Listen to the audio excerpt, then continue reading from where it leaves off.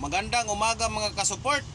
Araw po ngayon ng Martes, October 24, 2023 mga kasuport. Ang ating oras alas 7:44 ng umaga mga kasuport, araw ng Martes. So sumalubong sa atin yung init mga kasuport. So sa mga oras na ito ay talagang ramdam na yung init sa ating mga balat. So kailangan natin ng proteksyon sa balat mga kasuport. Hindi bali na yung mukha. Basta importante yung ating mga braso mga kasuport. So meron tayong tawag nito sa ano. Ewan ko kung anong tawag nito. Basta ganito mga kasuport, pang proteksyon sa balat. So, suot na natin.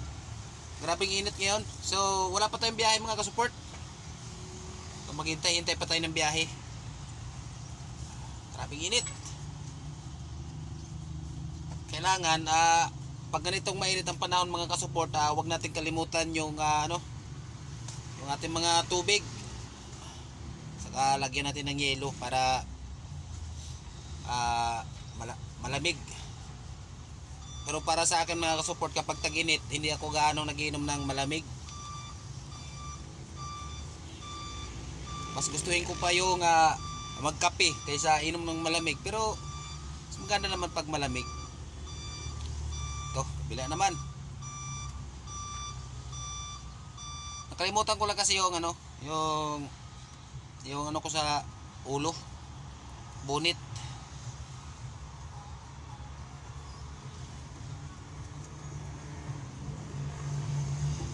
So good morning sa inyong lahat. Magandang umaga. So tayo ay mag-ready na naman sa ating trabaho mga kasuport. Panibagong araw na naman to, panibagong Martes para sa linggong ito mga kasuport. Kailangan yung katawan natin mga kasuport pag ganito, kailangan laging masigla. Kasi kapag mahina yung katawan mo sa ganito, kapag mahina yung resistensya mo sa ganitong trabaho, baka palagi kang absent mga kasuport. Kasi mahirap kasi ito mga kasuport, yung trabaho namin talagang hindi lang ito basta-basta trabaho mga kasuport.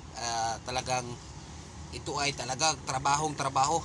So dahil ito ay hardware, so kailangan mo magbuhat ng simento, magbuhat ng bakal, magpala ng graba, buhangin, lahat mga kasuport. Lalo na yung panambak kapag may umorder ng lupa tapos ininsakto na umulan, ako sigurado talagang buong katawan mo pagpapawisan dahil malakit po yung lupa. So ay, baba ko pala muna yung bintana. Kaping init ngayon mga kasuport. Okay,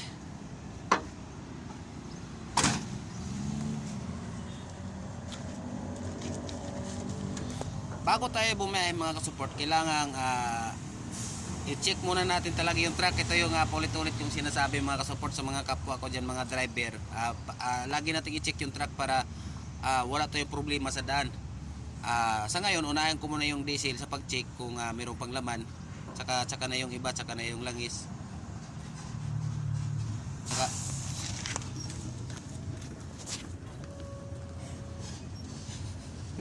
takot ako, akala ko yung ano pala, isang truck dumating. So tsaka i-check natin yung mga gulong mga kasuport kung okay ba. Okay, maganda kasi yung naka-check mga kasuport para pag tayo ay nasa biyahe walang palyado. Pero nung nakaraang vlog ko mga kasuport ay kung nakita nyo, hila-hila ako nung isang truck. Sumabay kasi yung starter, so hindi ko na siya pa-start. Tsaka hindi rin namin may tulak, gawa nung mabigat yung pangarga namin mga kasuport. So kaya tumawag kami ng rescue. So mamaya konti i-check ko lang yung mga iba, yung dapat i-check. Tapos tubigan natin doon. Hindi kasi tayo makatubig doon mga kasuport. Kasi meron doon naghuhugas yun yan.